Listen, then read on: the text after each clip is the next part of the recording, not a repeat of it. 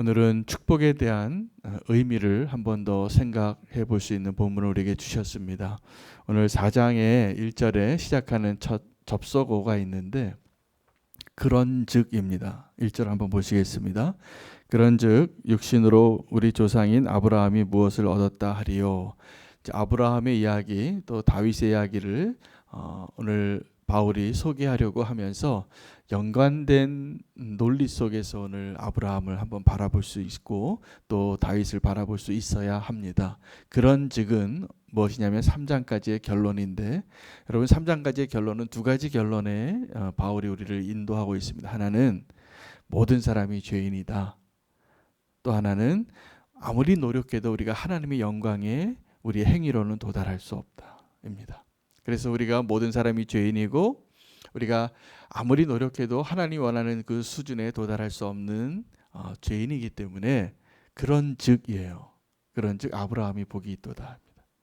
여러분 우리가 복되다라는 표현에는 그 사람들의 가치관이나 또 우리가 아름답다고 여기는 어떤 그 이미지가 담겨져 있습니다. 여러분 우리가 지금 살고 있는 한국 사회에 요즘 우리가 복되다, 복스럽게 생겼다, 어떤 모습입니까? 복스러운 게?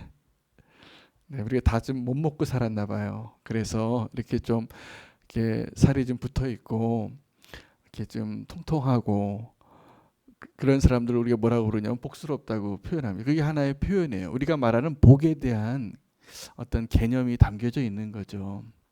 그래서 복이 있다, 복스럽다. 이건 뭐냐 하면 좀 부유하고 먹을만하고 먹고 살만하고 좀 안정적이고 우리가 이걸 복이라고 생각해요. 그런데 정확하게 이런 개념의 복이 어떤 사람들이 생각했던 복이냐면 헬라 사람들이 생각하던 복이에요. 이 성경이 기록이 될 땐 두 가지 문화가 겹쳐져 있습니다. 히브리적인 문화와 또 헬라적인 문화가 같이 이 성경에 녹아져 있어요. 신약 성경은 적어도. 그런데 이 신약 성경에서 말하는 이 복이라는 개념이 히브리적으로 원래 하나님께서 구별하여서 한 민족을 만드시면서 하나님의 성경적인 가치관이 배어 있는 그 문화 속에서의 복은 관계적입니다.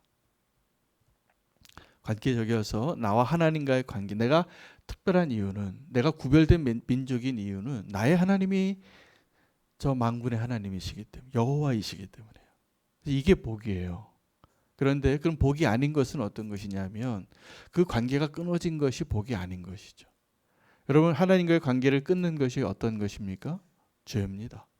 우상 숭배하는 것이고 하나님을 떠나는 어떤 하나님의 그 계획대로 벗어나서 이 관역에서 벗어난 그것을 더 하고 싶어하는 그러한 성향을 가지고 있는, 그리고 하나님의 의에 도달할 수 없는 그러한 것이 죄예요. 복이 아닌 것이죠. 근데 우리는 그러한 하나님과의 관계적인 의미에서 복을 생각하기보다는 더 많이 소유하고 더 많이 성공하고 더 높아지고 이게 복이라고 생각하는 경향이 많다라는 것이죠. 우리 성도의 삶을 살면서 우리도 이 두 가지 가치관이 혼합되어진 삶의 무대에서 살고 있는 겁니다. 교회에 와서는 우리가 하나님께 예배하고 하나님과의 관계가 더 분명한 것이 복이라고 생각하고 그렇게 살아가고 있지만, 세상에서 말하는 복은 내가 지금 얼마를 소유하고 있고 내가 얼마나 성공하고 있고 내가 얼마나 건강하고 이것이 복인 줄 아는 거예요. 그런데 우리가 세상에서 말하는 그런 복된 가치관들은 영원하지 않습니다. 그것이 우리에게 주는 유익이 많은 것 같죠. 그러나 그것이 진짜 복이 아니라는 것을 알아야 합니다. 그래서 오늘 정말 하나님이 원하시는 그 복에 대해서 두 사람을 소개하고 있습니다. 이걸 설명하려고. 우리가 다 죄인이고 우리가 행위로 아무리 노력을 해도 하나님의 영광에 도달할 수 없는 자들인데, 그런즉 하면서 아브라함이 얼마나 복된 자인가를 이야기하는 거예요. 여러분 아브라함을 하나님께서 택하셨는데 그 한 사람 안에는 모든 민족을, 모든 사람들을, 모든 인류를 구원하시고자 하는 하나님의 계획이 담겨져 있는 선택이었어요. 하나님께서 아브라함 한 사람을 택하시면서 하나님이 아브라함에게 말씀해 주신 거예요. 보여주신 거예요. 시청각 교재를 사용하시면서 저 하늘의 별을 좀 봐라. 셀 수 있느냐? 셀 수 없죠. 저 바닷가의 모래를 한번 세봐라. 셀 수 있느냐? 셀 수 없죠. 그런데 지금 너가 한 사람이지만 지금 그 나이도 만만치 않은 나이였으면 하나님께 부름 받을 때도, 그러나 내가 너에게 아들을 주겠고, 아브라함이요 아들이 없어서 조카 롯을 아들처럼 생각하고 키웠어요. 그래서 롯은 정말 아브라함에게 있어서 아들 같은 사람이에요. 그래서 끝까지 데리고 축복을 해주려고 그러는데 롯이 떠난 거죠. 그래서 소돔과 고모라로 가서 거의 간신히 구원받고 그 축복에서 약간 빗나간 인생을 살았잖아요. 근데 하나님께서는 이 아브라함에게, 그런 아브라함에게 자식이 없어서 이 나이가 들어가고 이 땅에 소망이 없는 자 가운데 아주 평범한, 오늘 바울이 얘기하고 싶은 아브라함의 특별한 은혜는 뭐냐면, 아브라함이 하나님께 그렇게 택함을 받았을 때 믿음의 조상으로 선택받을 만한 자격이 있었느냐는 거예요. 없었습니다. 전적인 하나님의 주권으로 택한 거죠. 평범한 사람이었어요, 아브라함은. 도리어 그 우상을 제작하는 그 집안에 한 사람을 하나님께서 택하셔서 부르셔서 본토 친척 아비의 집을 떠나 내가 너에게 지시하는 땅으로 가라. 믿음의 여정을 시작하게 하시는 겁니다. 그 믿음의 여정을 시작하게 하면서 약속을 하신 거예요. 내가 너를 축복하겠고 너의 이름을 창대하게 하겠고 내가 밟는 땅마다 내가 다 너에게 주겠고 너의 자손이 저 하늘의 별과 같이 되면서, 더 중요한 하나님이 아브라함에게 주신 축복의 핵심이 뭐냐면, 너를 축복하는 자를 내가 축복하고 너를 저주하는 자를 내가 저주하리라. 놀라운 일입니다. 그리고 너는 복이 될지라. 이전의 성경에는 이렇게 조금 더 오늘 제가 말씀을 드리고자 하는, 또 이 로마서에서 이야기하는 더 핵심적인 내용이 표현되어져 있어요. 번역을 그때는 그렇게 했는데, 너는 복의 근원이 될지라. 너에게서부터 복의 역사가 시작이 되리라. 구원의 역사가 시작이 되리라. 여러분, 우리에게 있어서 가장 큰 복은 내가 지금 얼마를 소유하고 있고 내가 얼만큼 성공하고 있고 내가 얼마나 명성을 누리고 있느냐가 아니에요. 내가 이 땅에서 얼마나 즐거움을 누리고 이 땅에서 얼마나 행복한가가 아니라, 영원한 나라에서 내가 주님과 얼마나 행복할 수 있는가가 진짜 복인 거예요. 이 땅에서 우리의 생애가 한 100년 살겠죠. 요즘 그 평균 수명이 조금 더 늘어나서 이전보다 한 10년, 20년은 더 사시는 것 같아요. 그래도 삶의 질이 별로 그렇게 나아지지 않습니다. 조금 더 살아도 연명하는 수준이죠. 우리 인생을 하나님께서 한 100년도 안 되는 삶을, 어떤 분은 조금 더 일찍 가세요. 그럼 이 땅에서 우리 인생의 정말 축복은 뭐냐면, 우리가 주님과 함께 구원받아서 그 영원한 영생을 누리는 그 시간과 수준과 그 축복과 비교하면 이 땅에서 우리의 삶은 찰나고 소풍이에요. 근데 여기 왜 이렇게 소망을 두고 이것을 위해서 영원한 것을 포기하려고 하시는지 모르겠어요. 우리가 이 땅에서의 삶은 사실은 불편하고 고통스럽고 연약함이에요. 우리 죄악 때문이기도 하죠. 만약에 아담이 선악과에서 에덴 동산의 선악과를 따먹지 않았더라면 하나님이 어쩌면 그곳에서 영원히 살게 하셨을 거예요. 죄가 들어오지 않았더라면 영원히 살았겠죠. 하나님께서 천국과 같은 그 삶을. 그러나 그것을 파괴하고 그것을 잃어버리게 한 죄를 우리가 범했기 때문에, 지금 그 동일한 죄 가운데 있기 때문에 하나님은 또 다른 새로운 계획을 가지고 그 영원한 축복을 함께 누리기를 계획하시고 선택하시고 초대하고 계시다는 사실입니다. 이것을 아는 것이 축복입니다. 저와 여러분은 그래서 그 아브라함의 축복을 오늘 다시 한번 꼭 기억할 수 있어야 합니다. 이 땅에 있는 것들 필요하죠. 제가 보니까 필요하더라고요. 돈이 좋더라고요. 돈이 좋은데 그렇게 좋은 건 아닙니다. 돈보다 더 좋은 게 있어요. 성공하는 거 좋더라고요. 성공하는 거 좋더라고요. 그런데 성공하는 것보다 더 좋은 게 있는 거예요. 우리가 이 땅에서 건강하게 사는 거 좋더라고요. 병들어서 연약하게 있는 것보다 우리가 건강하게 내 마음대로 움직이고 행동하고 뭐 할 수 있는 거 다 감사한 거죠. 그러나 우리는 이 땅에서는 여전히 연약하고 제한받은 자들이에요. 그 천국을 소망한다면 우리가 그 하나님과의 관계가 회복이 되어지고 우리를 택하셔서 그 영원한 생명을 주시려고 구원하시려고 행하신 하나님의 그 놀라운 역사들을 알고 이 땅에서 그분과 함께 동행하는 그 놀라운 축복의 발걸음을, 믿음의 발걸음을 시작하는 것, 이것이 진짜 축복입니다. 여러분, 우리가 다시 한번 잊지 말아야 할 것은 그것을 자꾸 잊어버리고 그것이 희미해지고 이 땅에서의 고된 것들, 이 땅에서의 무거운 것들, 이 땅에서의 힘겨운 것들, 이것을 너무 많이 묵상하고 이것을 너무나 많이 붙잡고 살아요.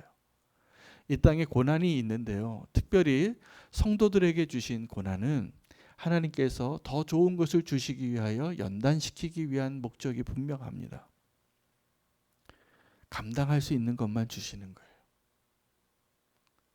아멘이 되십니까?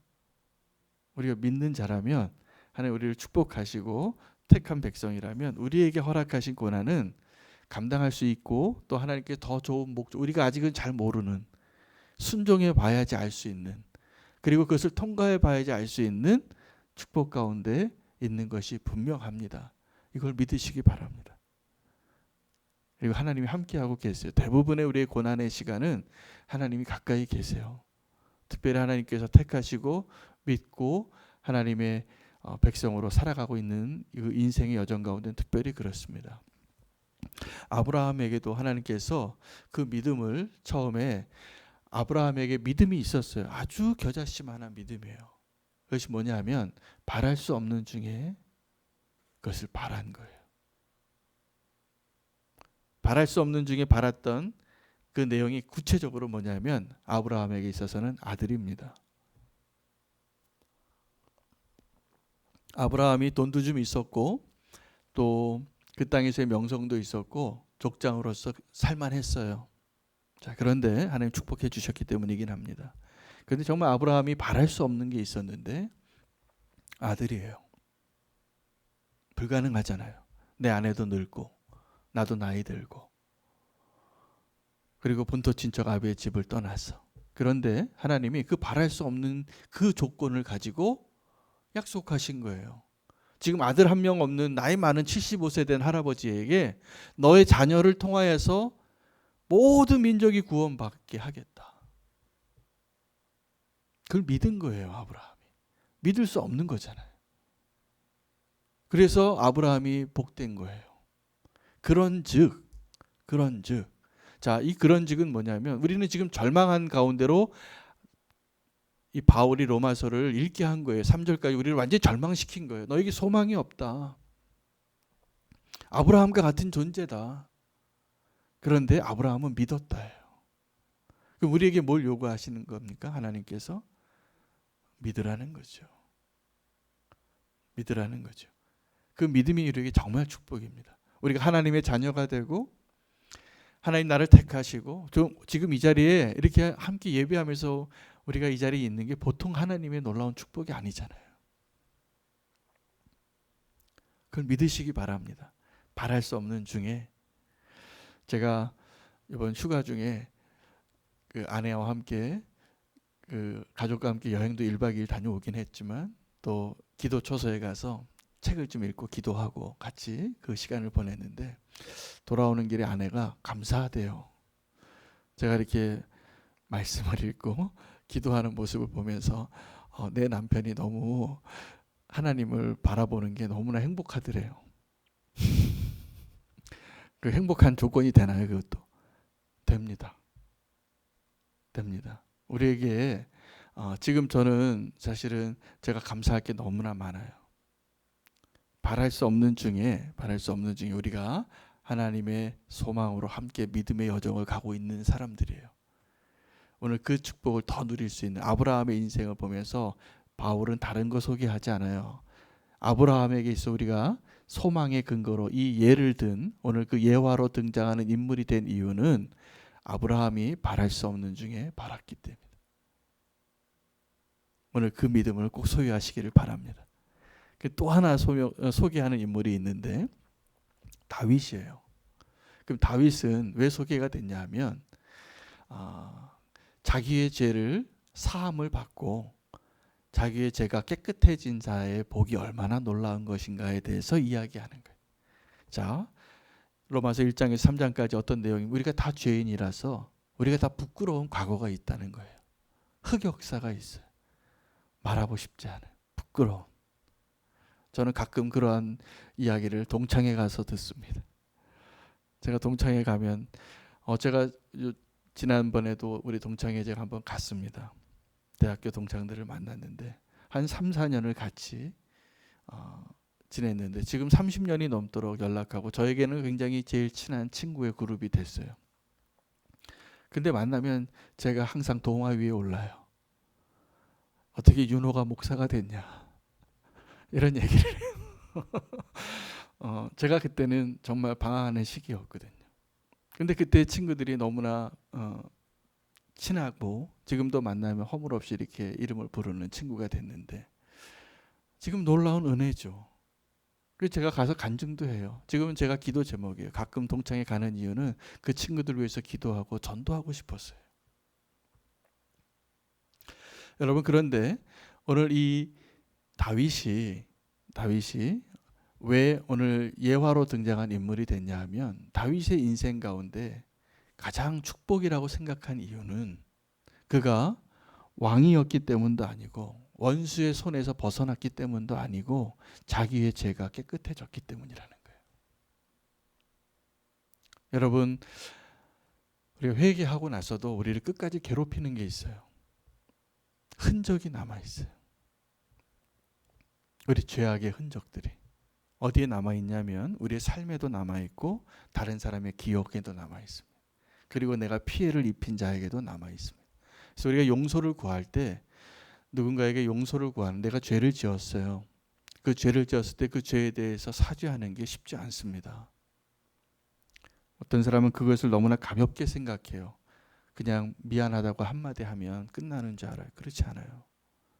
때로는 대가를 지불해야 돼요. 내가 사기를 쳤으면 그 값을 갚아야 돼요. 때로는 그것이 내가 능력이 없으면 이 신체적인 구속을 당해야 돼요. 더 나아가서 그것도 안 되면, 그것으로도 할 수 없으면 목숨을 담보받을 수도 있는 거예요.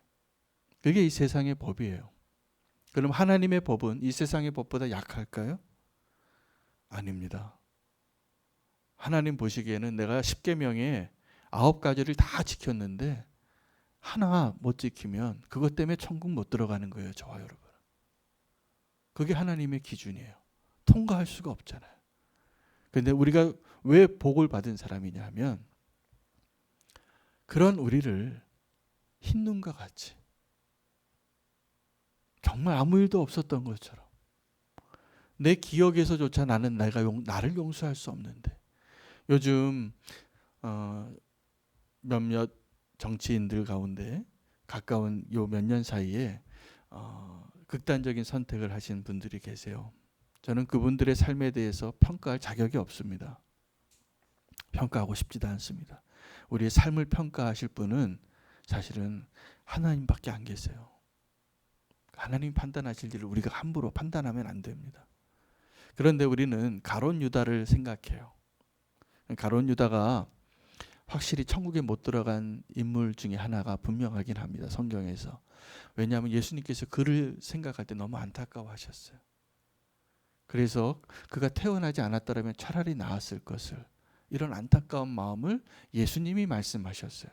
자, 그러면 가룟 유다가 그런 안타까운 결론으로 그의 생을 마무리하게 된 것이 그가 천국에 가지 못한 것이 분명한 것 같은데, 그러면 가룟 유다가 천국에 가지 못한 것이 자살했기 때문일까요? 아닙니다. 성경에 그렇게 가룟 유다가 자살했기 때문에 천국에 들어가지 못했다고 기록된 데 한 군데도 없습니다. 가룟 유다가 천국에 가지 못한 이유는 하나님의 용서함 받은 것을 용납할 수 없었던 거예요.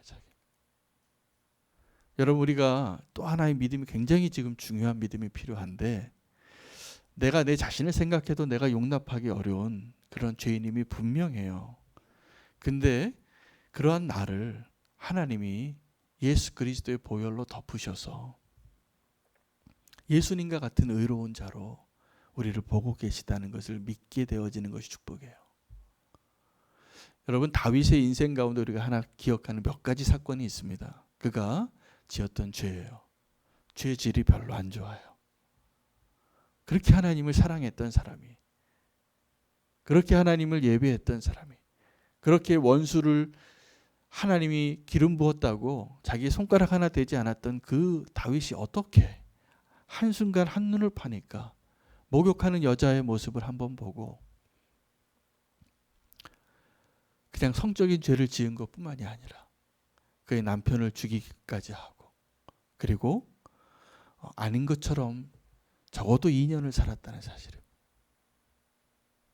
그를 만약에 하나님께서 내버려 두셨다면 우리가 알고 있는 다윗은 존재하지 않습니다. 거기까지예요.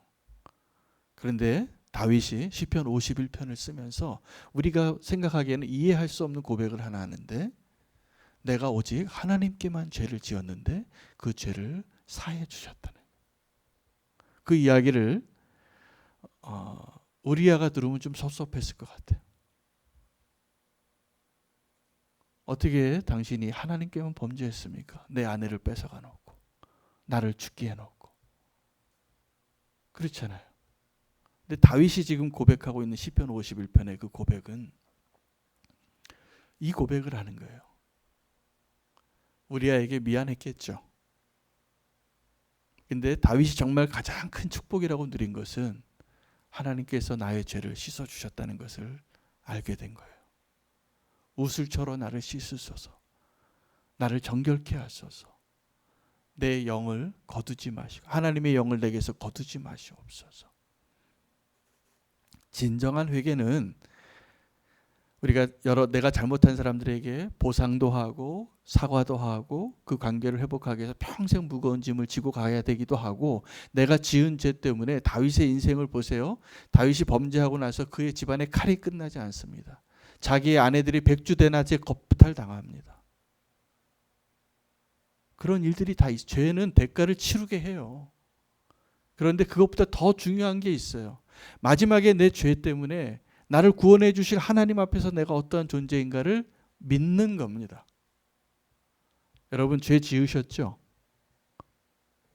그죠? 부끄러운 죄를 지으셨을 거예요. 그리고 내가 생각하기에 다른 사람보다 별로 부끄럽지 않을지라도 적어도 하나님 앞에서는 굉장히 부끄럽고 있을 수 없는 죄예요. 그런데 하나님께서 그러한 저와 여러분을 깨끗게 하셨다는 거예요. 그래서 뭐가 축복이냐? 아브라함의 인생을 봐서 우리가 바랄 수 없는 중에 하나님의 약속을 믿게 되는 것이 축복이고, 다윗의 인생을 통해서는 내가 도저히 용서받을 수 없는 죄인인데 나를 깨끗게 하신 것이, 나를 용서해 주신 것이 축복이라는 거예요. 다 무엇을 위한 것입니까? 우리의 구원을 완성하기 위한 하나님의 사랑이에요. 오늘 그 하나님의 그 놀라운 축복을 믿으시기 바랍니다. 내 양심이 또 사단이 송사하는 그 자리에서 믿음으로 서시기를 축복합니다. 어떤 사람들은 우리의 이런 모습을 보고 이렇게 얘기할 거예요. 너 너무 뻔뻔하다. 그게 하나님의 음성일까요? 아니요. 원수가 가장 잘 사용하는 무기의 하나예요. 송사, 거짓. 그것이 나의 양심의 목소리로 들려요. 뭐가요? 사단의 음성이. 그러니까 선한 양심을 가지고 살아가기 때문에 사단의 음성이 어떻게 더 잘 들릴 수도 있는 거죠. 그러나 믿음으로 담대하게 서시기 바랍니다. 제가 뻔뻔해지라는 것이 아니라 믿음의 사람이 되라고 말씀하시는 거예요. 내가 죄사함을 받은 것을 믿고 이제 하나님이 기뻐하는 그 빛의 자녀로 이제는 다시 내가 죄와 상관없는 자의 모습으로 사시기를 축복합니다. 오늘 바울은 저와 여러분에게 그런즉 우리는 소망이 없는 자였는데 바랄 수 없는 중에 바라는 자가 되었고, 우리는 지울 수 없는 얼룩을 가지고 있는 죄인인데 우리를 흰 눈과 같이 정결한 신부로 우리를 보고 계시는 그 하나님의 사랑을 꼭 붙잡으시기를 축복합니다. 여러분, 우리가 믿을 때 믿음으로 구원받는다고 하는데 우리가 이 구원을 놓치지 않는 믿음을 소유하는 것도 믿음입니다. 그 믿음 가운데 오늘 서시기를 축복합니다. 아브라함을 기억하시고 다윗을 기억하시고 하나님께서 우리에게 주시고자 하는 가장 큰 축복, 복 있는 사람이 저와 여러분입니다. 그 믿음 가운데 우리가 서 있음을 흔들리지 마시기를 축복합니다. 오늘 말씀 붙잡으시고 무엇이 복인가, 내가 얼마나 하나님께 축복받은 존재인가 다시 한번 붙잡으시고 바랄 수 없는 중에 하나님의 약속을 바라고 나의 그 모든 얼룩지고 더러운 죄악까지 죄 사함을 얻게 해주신 그 놀라운 하나님의 그 축복을 기억하면서 주의 이름 부르고 말씀 붙잡고 믿음으로 자유한 자가 되고 믿음으로 하나님의 자녀가 되기를 축복하고 우리가 소망으로 결단하며 나아가기를 원합니다. 주의 이름 부르고 기도하겠습니다. 주여